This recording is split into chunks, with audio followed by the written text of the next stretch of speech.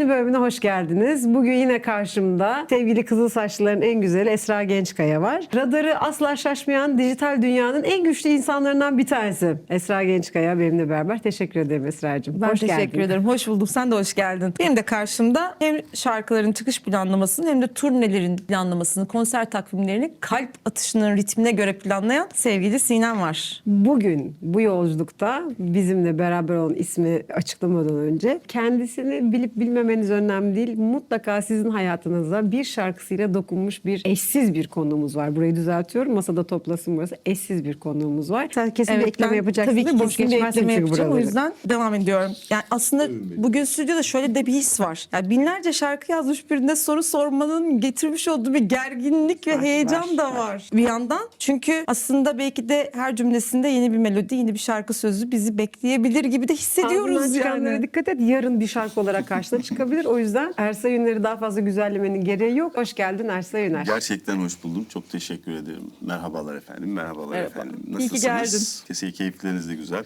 Çok iyiyiz. Videonuz hayırlı olsun. Çok güzelmiş gerçekten. Hatta beni de gaza getirdi. Muhteşem, güzel işler Hepsi yapalım. en güzelleri Güzel senin olsun. şeyler yapalım. Hemen başlangıç olarak şunu sorayım. Bu zaten işin klasik tarafı. Bundan sonrası için bizi ne bekliyor? Önce onu sorup sonra detaylandırmak için izni istiyorum. Şu an biraz çekiniyorum da arkadaşlar. Efendim, estağfurullah. Ne bekliyor? Stüdyoda sürekli üretim halindeyim aslında. Orada bir hengame var. Şeylerle uğraşıyorum. Yakın zamanda verdiğim diğer şarkıcı arkadaşlara verdiğim şarkıların 5 tanesini falan seçtim. Onları bir akustik olarak YouTube'a ve dijital mecralara hazırlıyorum. Onun haricinde bir albüm hazırlığındayım. 8-9 şarkılık yepyeni şarkılar. Şubat ayında inşallah onu çıkaracağım. Onun haricinde bir müzikal işi var. Onun genel müzik yönetmenliği ve kreatif direktörlüğüyle uğraşıyorum. Sürekli üretiyorum.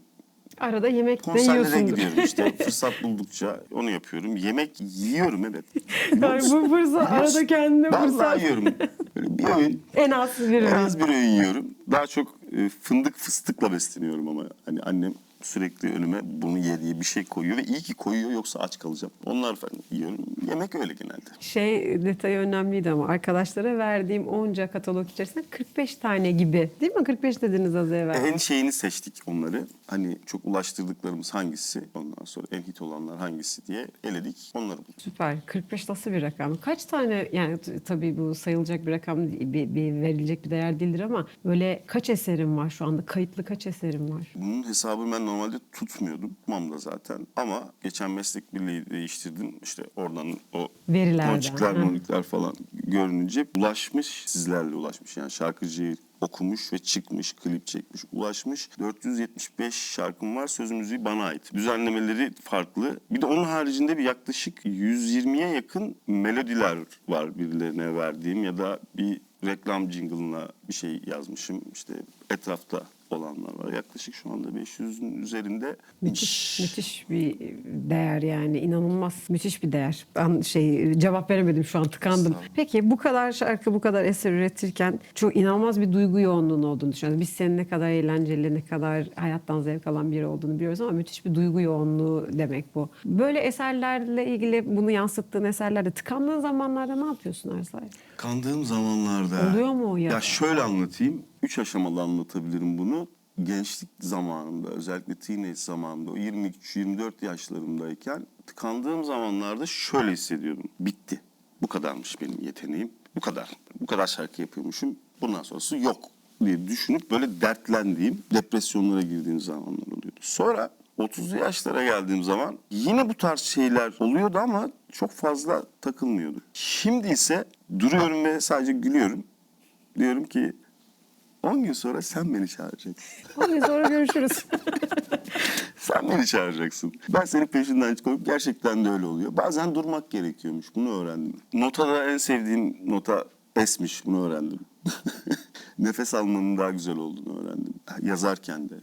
Ondan sonra bir şeyler daha tatlı olmaya Belki de başladı. o kadar benim için. hengamenin içerisinde en güzeli bazen de sessiz kalın. Ama şöyle, onu zaten yaşayarak öğrenmen kadar güzel bir şey yok. O yaşın güzelliği, o yaşın verdiği enerji bana oydu.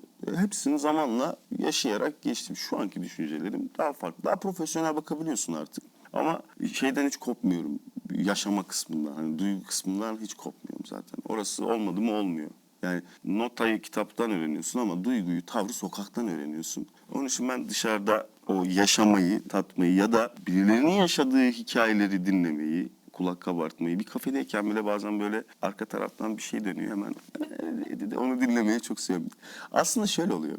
Benim anlatımım, kelimelerim, cümlelerim genelde dinleyicinin cümleleri. Bunları kullanmayı tercih ediyorum. Senin cümlelerin, normal konuşulan şeyi. Ama senin duygun nerede dersen ben melodiye yansıtıyorum. Benim asıl yerim melodi. Mutlu olduğun yerler öyle. Hem mutlu olduğum hem mutsuz olduğum yerler asıl hani Her şey bir arada. Asıl şey orada, o melodide. Bir şarkı yazıyorsun, sonra onu biri seslendiriyor. Bambaşka bir yere gidiyor, bambaşka bir dünyaya ulaşıyor. O şarkıyı bırakmak senin için kolay oluyor mu? Çok kolay oluyor. Ben o şarkıyı bitirdiğim an, bir şarkıyı yazdım ve bitirdiğim andan itibaren onunla geçirdiğim bir yarım saat, bir saat var sürekli dinlediğim ve o son pauza basıp da koyduğum dakika itibariyle o şarkıyla benim bütün duygusal bağım kopuyor. Ondan sonra ben yenisini üreteceğim çünkü. Ondan sonrası o şarkının artık can bulması. Bende, başka bir şarkıcı arkadaşımda prodüksiyon kısmı giriyor.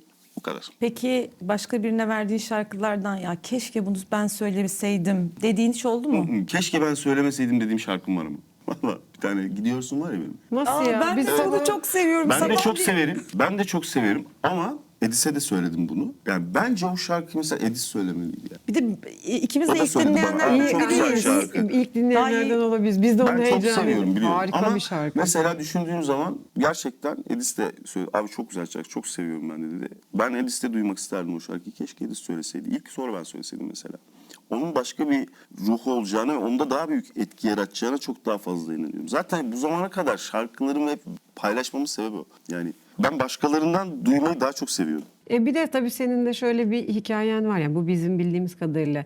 Dinleyici alışkanlığıyla ilgili bir beklenti noktasında değilsin. Sen üretici taraftasın, üretiyorsun ve dinleyicide bulabileceği bir alan varsa dinleyici gelsin onu bulsun diyorsun. Benim gördüğüm kadarıyla. Bu son dönemde hani bu değişen teknoloji, işte algoritmalar, o hep konuştuğumuz şeyler. Onu da senin de fikrini almak istiyorum. Seni burada tetikleyen ya da seni durduran bir hali oluyor mu dinleyici alışkanlığının?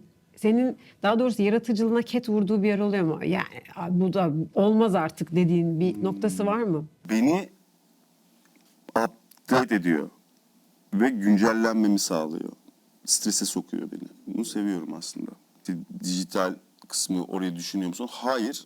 Benim motivasyonum çok küçük yaşta. 13-14 yaşındaydım. Ben ne istediğimi biliyordum. Yani ne yapmam gerektiğini. Ve bunun tek amacım vardı. Hala da aynı amaç için çalışıyorum. Asıl büyük bir amacım var zaten. Onun peşinde koşuyorum. O amaç hep şuydu. Çocukken de söylerdim. Kendi müziğimi yapacağım. Ve bunu ulaştırabildiğim kadar çok kişiye ulaştıracağım. Motivasyonum ve amacım bu benim. Diğer gereken olan her şey bunun hep etrafında oluyor. Nabız tutmaya ihtiyaç duymuyorum. Çünkü nabzın içinde yaşıyorum. Yani dışarıda bir yerden böyle onu uzaktan seyredip puramı içip viskim elimde piyasa işte çok güzel şarkılarla patlattım bakalım neler yapıyor kafasında değilim açıkçası. Daha içindeyim. Halkın içindeyim. Yani halk da değil mi? Biz yani normal yaşamın içindeyim, insanın içindeyim. Dolayısıyla oranın nabzını tutmaya ihtiyacım yok. Zaten onun nabzı biliyorum. Aynı nabzı ben de onlarla çünkü Belki o yüzden yaşıyorum. o kadar etkili oluyor eserlerinde. Ben kesinlikle üreten bir sanatçının eğer kitlelere ulaştığı eserleri varsa o şarkıda ya da o eserde çok yüksek empatiye sahip olduğuna inanıyorum. Herhangi basitliği de olabilir, çok literatüre girecek bir şarkı da olabilir, eser de olabilir, fark etmez. O şarkı, o eser bir şey patlıyorsa üreten bilinçli ya da bilinçsiz kişilerle çok yüksek bir empati yapmış. Tutmasının sebebi, patlamasının sebebi o. Yoksa bizim yapabileceğimiz PR kısmında sen de biliyorsun, yapabileceğimiz tek şey sadece bir yere kadar ulaştırabilmek. Yani ulaştırdıktan sonra bizim kontrolümüzden tamamen çıkıyor. Gidiyor kendi başına. Gidiyor kendisi ya da gitmiyor. Yani her şey onlarda kalıyor. Ama işte şey çok var ya, hep kendi aramızda konuşuyoruz müzisyen arkadaşlarımızla. Ya niye olmuyor falan. Ya bazen olmuyor. Olmaz. Ya zaten Bazen olmuyor. Hepsi de olmak zorunda değil. Şunu kavrayınca çok güzel oluyor. Yani bir şeylerin olması için bir şeylerin olmaması şart arkadaşlar. Yani bir şey olmuyorsa bir şey olacaktır derler yani. Gerçekten öyle. Sadece hareket halinde olmak gerekiyor sürekli.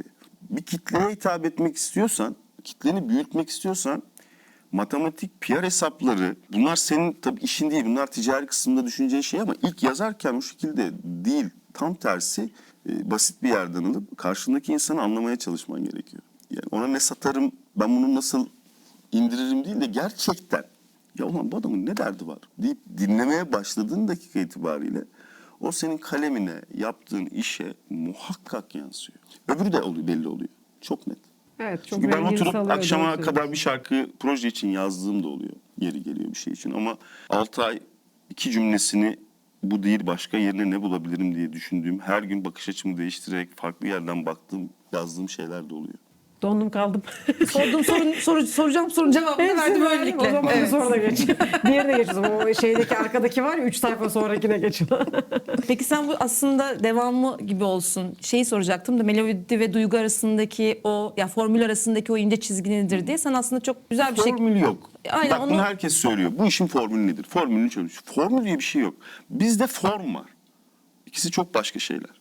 Yani bir şarkının ya da bir eserin bir formu olması lazım. Giriş, minimum, gelişme, sonuç. O formların dışında gelişen hiçbir şey karşıya ulaşmaz. Tepkimez yani.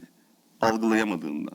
Alternatif şeyler izlemiştir, alternatif şeyler dinlemiştir. Onun için yaptığı şey çok basic, basit ama bir şeye benzemesi lazım. Şeyde bu konuşmaları yaparken böyle işin matematiğini konuşuyoruz aslında ister istemez. Hani işin hani hep konuşuyoruz ama şeyi de merak ediyorum ben kendi yani bazen Gökhan'da da merak ediyorum. Müzisyenler özellikle bu yaratıcı yani kalemi elinde olan müzisyenler bazen bir şey ifade etmek istedikleri zaman bir kızgınlık, bir kırgınlık, bir mutsuzluk ya da çok aşırı mutluluk, çok sevgi döküyorlar ya kaleme. Biz de böyle bodoslama söylüyoruz ya. Senin böyle hiç kırgınlığını gerçekten bu aşk falan değil. Gerçekten hayata dair kırgınlığını anlattığın hangi eserin var? Var mı öyle bir eserin? Yani bu böyle bir dönemde bir Albümde kırgınlık var. hikayesi. Yeni albümde mi? Bak şu ana kadar hiç öyle bir şey yazmadım ben. Şarkı olarak yapmadım. Ne kişiye ne hayata karşı bir şey yazmadım. Ya şarkı olarak siz bilmiyorsunuz yok. Ama dörtlüklerim, şiirlerim ve hikayelerim var.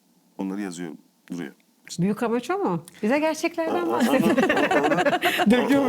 Orası dolduğu zaman orada bir planım var. Çünkü bir istediğim bir şey var. Hem eserler hem benim kendi bakış açım orada olsun. Hem kitap hem bir şey olsun yani istiyorum. Okudukları zaman tamam hikayeleri de görsünler ama bir şey de anlatayım istiyorum. Onun için biraz daha bekliyorum. Niye bekliyorum? Biraz daha tecrübe edeyim ki söyleyeceğim şeylerden emin olayım diye. Çünkü Daha sonradan eklemek zorunda kalmayayım. diye. hayır tam tersi çıktıktan sonra söyleyeceğim şeyler karşı tarafta etkileyeceğini bildiğim için yanlış bir cümle kurmak istemiyorum. Ya insan işte şey oluyor belki de bazen hayat içerisinde eşleşmeyi seçiyor ya bazı duygularla. Ben mesela işte sabah kalktığında aşırı gereksiz şekilde mutlu uyanmam. Yani Esra da öyle gerçi bizde de. Evet. Bazıları da böyle daha mutsuz uyanır sabah uyanması için İlkan ve Ersoy doğru mu söylüyorum? O diyor ya işte benim bir kahveye ihtiyacım var. Ne kahvesi olan falan işte o duygu eşleşmelerinde ben müzisyenlerin kendi ifade etme biçimlerini bu kadar rahatlıkla döküyor olmalarını çok kıymetli buluyorum. Keşke öyle bir şey mi olsa? Yani çok Ya imreniyorum şöyle bir şey size. yok bende.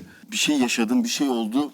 Vay elimi alayım, hadi ben bunu anlatayım buradan eve. Sen bana bunu yaptın, hadi falan. Bu bende asla yok. Hiç öyle bir şey yazdığımı hatırlamıyorum. Bir tane askerdeyken ilk yazdığım şey, sonradan şarkı yaptım bunu yazdığım bir şey var. Komutana falan.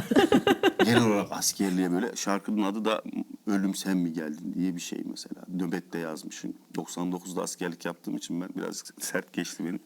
Ama beni patlatan, yazarlığımı tetikleyen yer orası oldu işte. O kadar duygu yoğunluğu seni bambaşka bir yere Kaldıramadım çünkü olacak iş değil yani. Olacak iş değil. Normal Seni hiç askerlikten asker bahsetmiyorum. olarak düşünemedim. Ben Evet. sana şöyle anlatayım. Yıl 99 Ağrı Telçeker'de askerlik yaptım ben. Sınır karakolunda o bölge komple o halde. Günde 12-13 şehit alan bir yerden bahsediyorsun. Ve ben buranın 16-17 ayı boyunca gerçekten müziğin mesiyle bile uğraşmadan o olayların içinde birebir orada olduğumu düşün. Ve beni sahneden aldılar götürdüler. Yani sahnede şarkı söylüyordum. Polis girdi, GBT yaptı, kimliği aldı. Cuma günü bir anda sen yoklama kaçağıymış dedi paketlediler beni. Öyle düşün. Ay. Öyle gittim askere. Sonra Hazırlıksız. bir gün artık o bir şekilde patlattı daha doğrusu. Yazarak başladım zaten. Ben beste yaparak başlamadım bu işe. Ben müzisyendim. İlk önce kalemle başladı yani. Hikayeler yazıyordum. Sonra o hikayeler askerden geldikten sonra bir şey çalıyorum falan. Birinin değil tamam mı? Bir şey de Lan bana ait benim de bir şey. değildir diyorum yani anladın mı? Bir şey buluyorum ve kayıt da yok. Ama bazılarını sürekli çalıyorum. Yani hem yapmışım besteyi hem tutmuş. Anladın? Kendi içine. Kendi kendime. Ulan 2-3 gün sonra yine çalıyorum aynı şeyi falan. Ya diyor ki, ne bir şey de değil. Sonra başladı. Ha bu benimmiş ya falan diye. Onları birleştirmeye falan başladım. Peki bu esas senin soruna giriyorum ama özür dilerim. Bu kendi kariyer planlamanda bir sürü taş var senin. İşte az evvel söylediğin özel hayatınla ilgili olanlar olabilir. İşte mesleki hayatında dokunduğun insanlar, güç verdiğin insanlar, yol açtığın insanlar. Yani biz bugün de sabah 6'da kahvaltımızda konuşurken aşırı mutlu şeyi konuşuyorduk. Yani Ersay'ın şarkı verip yani daha ilk şarkısıyla çok başka kapılar açtığı insanlar var. Yani bunu bilinçli olarak bir tercih değildir ama yürümüş. Yani bu bir el verme biçimi aslında bir şekilde. Böyle kendi içinde bu kadar yürüdüğün yolda sektör anlamında söylüyorum. Sektörde canını en çok sıkan şey ne senin? Yani. İki şey var. Bir tanesi sürekli yapımcısından prodüktörüne bilinçli bilinçsiz. Sürekli en çok duyduğum şey şuydu. Canımız sıkıldığı zaman ya da moralimiz bozulduğu zaman ya da bir şeye hayır öyle değil dediğimiz zaman ya da bir şeye sustuğumuz zaman. Siz de çok duygusalsın. Sen de çok duygusalsın ama. Bu çok kötüymüş ama. O da biraz talihsiz bir demeç olmuş. Ve bu talihsiz demeçlerden binlerce duydum ben. Çok duygusalsın. Buna da yani Ama bu işin doğasında duygusal olmak yok mu? Yani yani bahsettiğim şimdi benim duygusal asıl bana koyan şu oluyor. O lafı bana söylemesi değil. Benim duygusal olduğumun bilincinde olması ve buna karşı bana davranış şekli. Tabii bu farkındalığa rağmen. Bana dersin ki çok duygusalsın. Eyvallah. Ama buradan faydalanmazsın. Bu iki. Bir. İkincisi ise hiç sevmediğim halde bazı yerlerde potansiyelimi, bilgimi, zekamı kullanmak zorunda kalmak. Mütevaziliğimi bir kenara atmak zorunda kalmak. Yani biliyorsunuz ya benim hani bir şey konuşmuyorum da farkındaysan yani. Bazı anlar oluyor. O anlarda o tarafımı göstermekten hoşnut da olmuyorum. Bir de Çünkü duygusalım.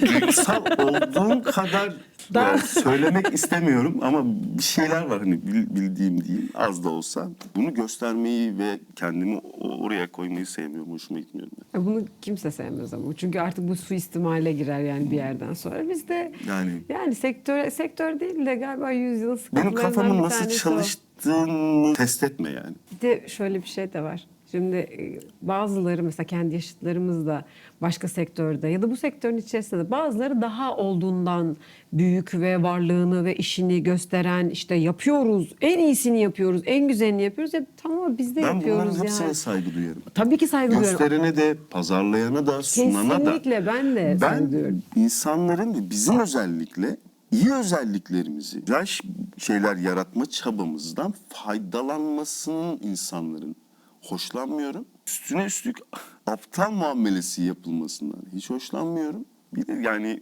bir vicdanımla bir de aklımla oynamayın diyorum sadece yani. Ersay, Onları duyuyorum. yüzlerce hitten ve sayısız sahneden sonra hala ilk günkü heyecanla sahneye çıkıyor musun? Yoksa aslında o duygu, heyecan başka bir şeye mi evrildi? Sahneye çıkmak beni heyecanlandırıyor mu? Sahnede olmak beni heyecanlandırıyor. Ama sahneye çıkma kısmı benim için her zaman hani benim heyecanlarım hep strese dönüşür. Hem odaklanma bozuğu, hiperaktifim var, hem ADHD'm hepsi bir arada. Onun için benim heyecanım bir tıkı üstü hemen strese pıtı pıtı çevirdiği için o benim için eğer o gün her şey yolundaysa bir şey kafama takmıyorsam strese dönmüyor. Sahneye çıktığım an itibariyle ise yani oraya mikrofonu aldığım andan itibaren orada benim dünyam. Orada olduğum kadar kendi yatağımda rahat değilimdir yani. Sen Bir Ersay'ı teslimiyet var aslında orada sahneye. Teslimiyetten ziyade sahne bana teslim oluyor. Yani ben çünkü ilk sahneye çıktığım zaman 7 yaşındaydım. Benim bir bas gitar vardı böyle çalıyordum. Orası çok özgür bir alan. Ama bak çıktıktan sonra çıkana kadar ki o an bir telaş her zaman. sen Bazen onu çok diyordun. mutlu olduğumu da bazen stres anksiyetelerimle falan olduğumu. Ersay'ı canlı dinleme fırsatın oldu mu? Oldu tabii Evet, ki evet. zamanı. Ben Ersay'ı bir konseri var hiç unutmuyorum. Çeşme'deydi galiba.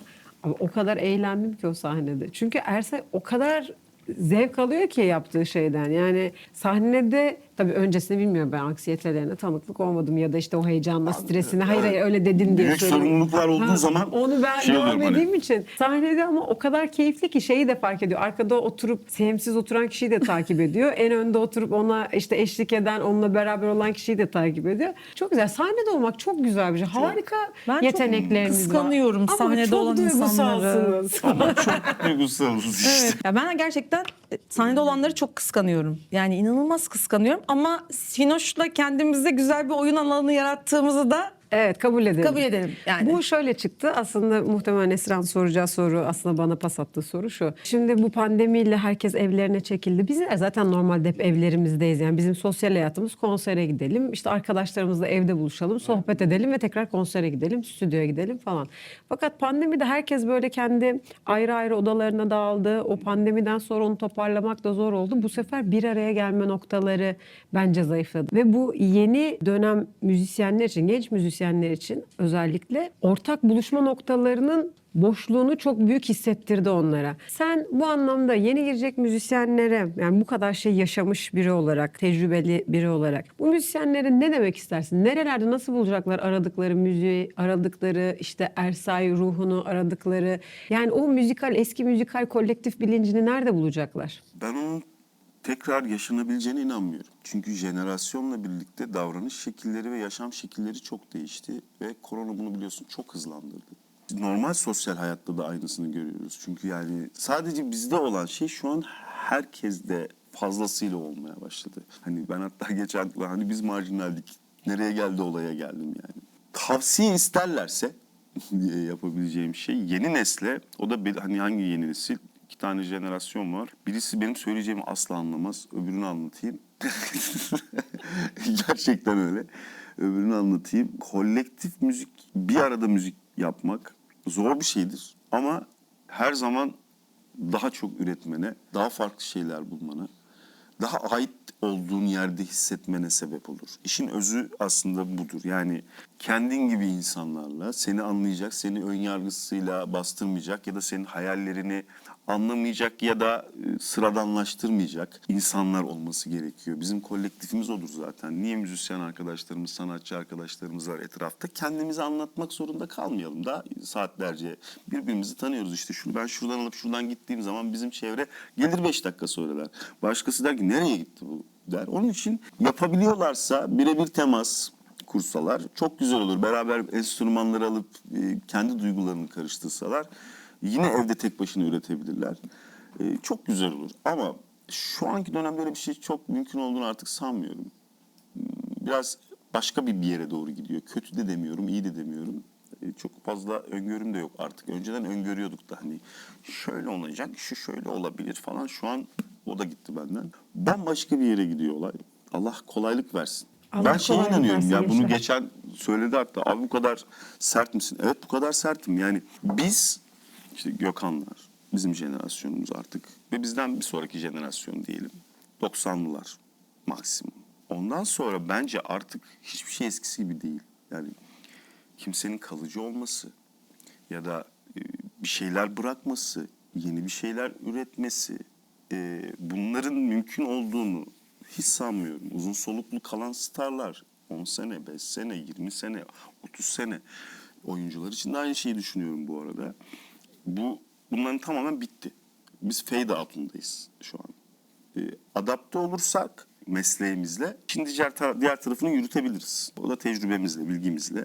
Bu işlere çok önceden girdiğimiz için. Ama benim öngörüm, Allah herkese kolaylık versin. Önümüzdeki 5 sene özellikle sonra, özellikle yapay zeka. Herkes yapay zekayı kullandığını sanıyor ama yapay zeka şu an donanım topluyor.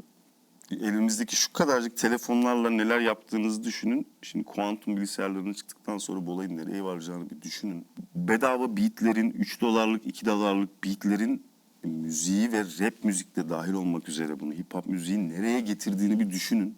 Bu kadar kolay ulaşımın, her şeye çok daha hızlı ulaşımın, kolay demeyeyim, hızlı ulaşımın muhakkak getireceği bir caba var. Sonradan durulur mu? Tabii ki durulacak. Organik müziğin hiçbir zaman bitmeyeceğine inanıyorum.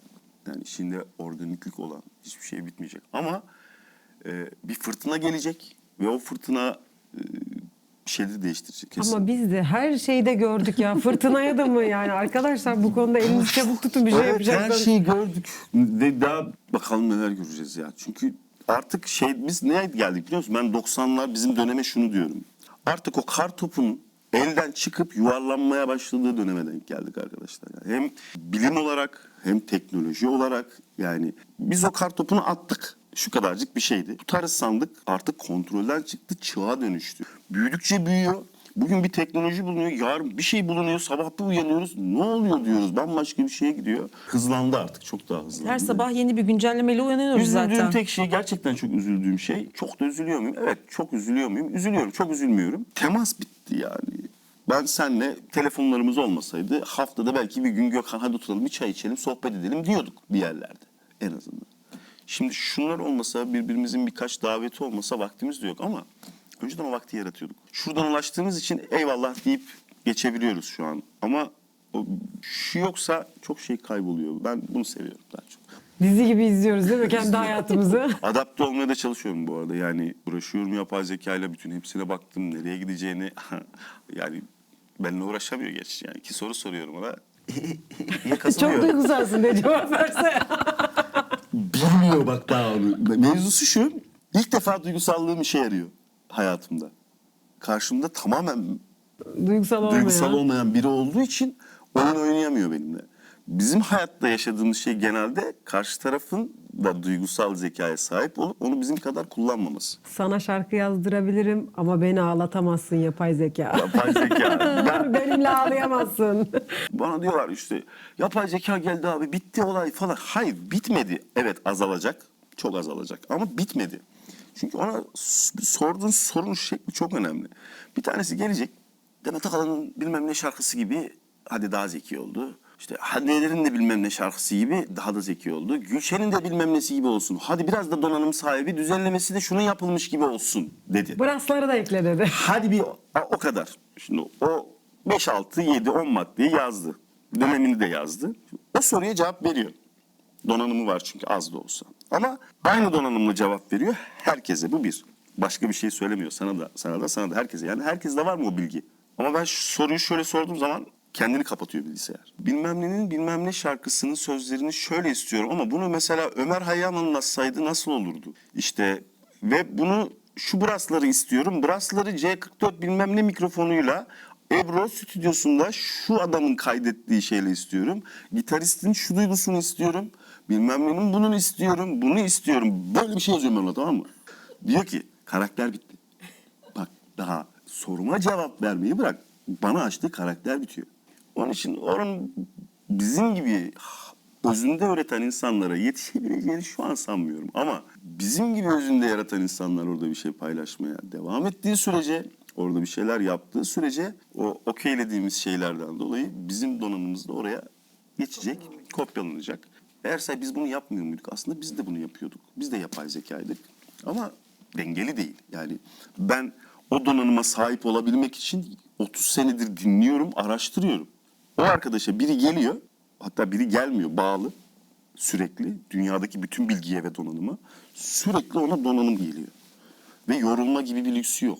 Her şeyi kaydediyor ve sorduğun zaman cevap veriyor. Aramızdaki rekabet dengesinin bozulduğu yer ve huysuzluk yarattığı kısım insanlarda bu kısım zaten. Hani bastırdığı kısmı. Yoksa aslında herkes ulan şerefsiz çok güzel yapıyor diyor. Ama diyor ki ulan diyor ben 35 senede buraya geldim. Bu birikimim sen o kısmı. Bir de çok seri kaynadı ya hayatın içerisine. Çok seri oldu yani. Herkes birdenbire yapay zekanın içerisinde ve her gün yeni bir şeyle. Bir de bunu deneyin. Bir de şuna bakın.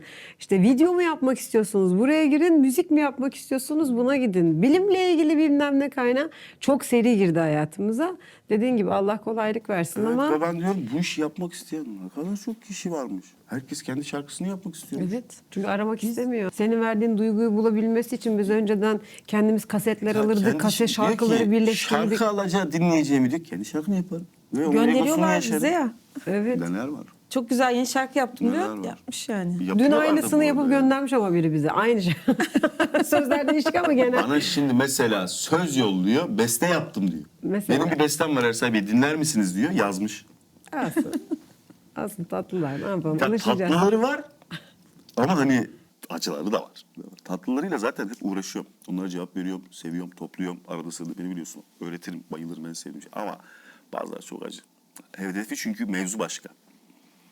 Kiminle fotoğraf çektirebilirim ben acaba? Bu arkadaşla tanışsam acaba... O da beni başka bir Ortalığa yerlere. girip ayarımız olamayız. Bir yol bulunacak en son iş. Bir de En bu son işin- kişiler. Hani şarkıcı olacağım desen derim ki bir ihtimal var.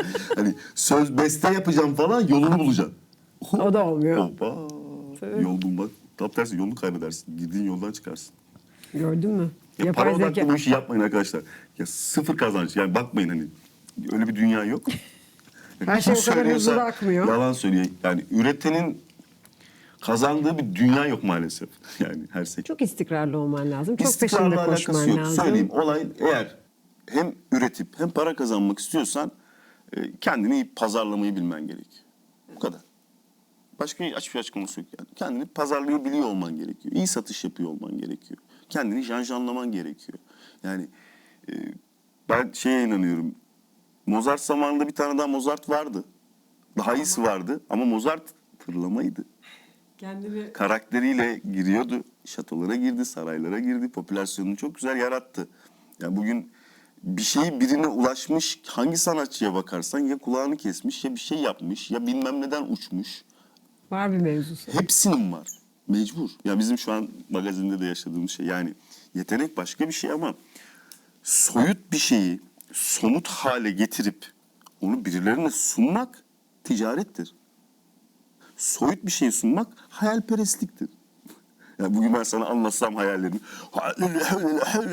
Şunu da yapacağım, bunu da yapacağım. O da yapacağım, bunu da yapacağım. Çok güzel. Hayallerimizi kurarız burada. Ama bu hayallerim için bana 1 milyon ver dediğim anda somut bir şey sunman gerekiyor. Orada bir saniye hayatım deyip sessizce uzaklaşırsın. Evet doğru. Vallahi öyle. Altında Hepimizin olmak uğraştığı lazım. şey o değil mi? Yani aslında işimiz dediğimiz şey, yaşam tarzımız aslında çok kolay. Yani bizim uğraştığımız şey bu işi alıp kazanç sağlayıp sürdürülebilir hale getirmek için ticaretiyle uğraşmak. Bizim böyle enteresan sorularımız var. Buyurun. Arada oluyor. Çok güzel. Ondan sonra.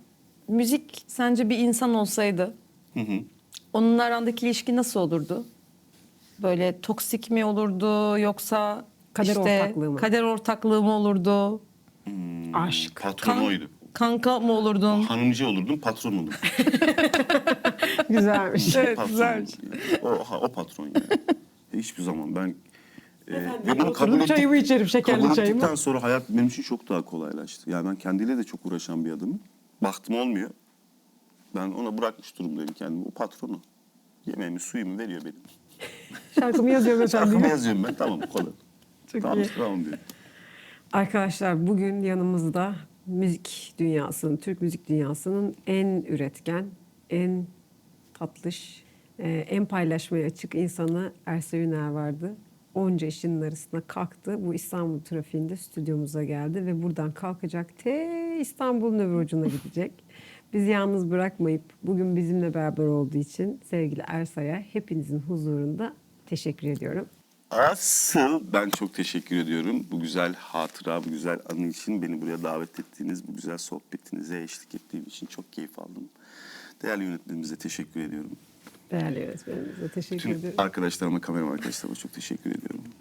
Kapanış konuşması yapmak üzere tabii Evet. yine Esra'ya dönüyoruz. Ben albümü sabırsızlıkla bekliyorum. Ben de. Aslında bu program yayınlandıktan çok kısa bir süre sonra albüm yayınlanmış olacak. Ondan sonra o yüzden de heyecanla bekliyorum. Seni izlemeyi çok seviyorum, dinlemeyi de çok seviyorum. Çok teşekkür ederim. İnşallah yeni sahnelerde, yeni şarkılarla, hatta belki başka bir formatta yeniden bir araya geliriz ki ne mutlu oluruz. Keyifli. Ne zaman ararsanız zıplayın gelirim. Veya ne zaman ararsanız zıplayın gelin. Geliriz. Evet, geliriz. Yine bir programın daha sonuna geldik. Önümüzdeki programda görüşmek üzere. Ne yapıyoruz biz? Her zamanki gibi dinliyoruz ama kesmiyoruz. Görüşürüz.